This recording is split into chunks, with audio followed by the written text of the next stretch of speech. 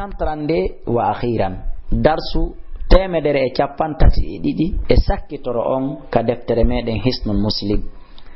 min anwa'il khayri ko jiha ɗum e noneji moƴƴireji wal adabi e nedeji aljami'a mum ɓodirɗi idha kana silatike junhul layli tumbere jemma aw amsaytum masi on niɓɓi fa kuffu sibyanakum sorte e conci muɗum ɗin sorto ɗon e leybanaje mon ɗe fa inna shayatin andeno shaytanuji ɗin tantashiru hiɗi sakito hinaydin e on sayi fa idha dhahaba sa'atun si sa'i feƴƴi min allayli immorde jemma fa hulluhum akkiteɗi fa ghuliqul abwaba sokon dambuɗe ɗen afwan yittitoɗe mi falji nelaɗo maki idha kana junhul layl tumbere jemma aw amsaytum ma niɓɓi fa kuffu sibyanakum jogite paykoye mon koye jogite boboye koye fewndo fotoro yo boboye koye naade ka cuuɗi bobo accatake yasa fewndo fotoro si niɓɓi tumbere jemma joge koye naada fa inna shayatin andeno shaytanuji ɗin tantashiru ɗi sakitoto hina e on sayi fa idha daba sa'atun si sa'i goto feƴƴi min allayli modde jemma fa hullum accite koye tun non kankoye paykoye koye fa ghuliqul abwaba sokon dambuɗe ɗen kadi ma ɗum iblisaji ɗin naata wadhkuru janto ɗon ismallah inde Allah nden fa inna shaytana andeno shaytanuji ɗin la yaftahu baban ɗi udditata dambugal makhluqan sokingal mo walato ko yo falu mo yaltay ko yo sokku iblisa udditata dambugal sokingal kono si ɗi ari ɗi woni tun tawi no woni ɗi naata waw ko qirabakum ko ɗum woni hippon gobuleji mon yarirɗi ɗin gobule accatake no jooɗi maɗo iblisa aray suko sulbamo wadhkuru janto ɗon ismallah inde Allah nden wa khammiru aniyatakum hippo miranji mon ɗin ombo miranji mon ɗin fof kala ka ñameten woni ombo wadhkuru janto ɗon ismallah inde Allah nden walaw an ta'rudu alayha hay sai woni on weɓiti e hoore majji shay'an goɗɗum wadfi'u ɗanni noon kadi masabihakum ndayguji mon ɗin wata goto ɗano acci ampul no huɓɓi fiwigol ɗum ɗon ko kuran buusi koyo ɗannine yiite koyo ɗannine lampe koyo ɗannine ampul koyo ɗannine anana yoɓɓe noyina mi susta ɗanade ka niwre yoɓe accu ɗum yoɓe ɗannin si ɓe ɗano wa sallallahu wa sallam wa baraka ala nabiyina muhammadin wa ala alihi wa sahbihi ajma'in musidɓe julɓe Allah newinani en hande e juma ñande 17 juldandu lannugol nde ɗo deftere wiyetende hisnul muslim ɗum no hawriti le 23 août le 23 8 mois 2013 ko hande woni ko nde gasi musidɓe julɓe kala nafoore ko heɓuɗon ton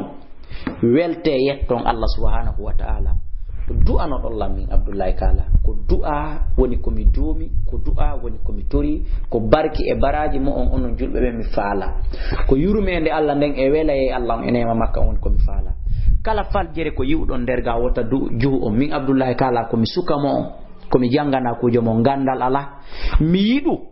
yo diina Allah ka marsu ka yaaja ka avansa tawa ko min sabimbini mi yiɗu mi suni mi maapi mettilan musidɓe an wonɓe extérieur no faala jangude ala ko jannaɓe musidɓe an ƴettaɓe ka fonction publique no faala jangude kono ɓe maratan ɓe accitatake no ɓe jangira ƴettaɓe ka kan ka gendarme ka militaire ka police faalaɓe jangude kono ɓe maratan no ɓe jangira musidɓe an julɓe chauffeur ɓe piloteur ɓe avion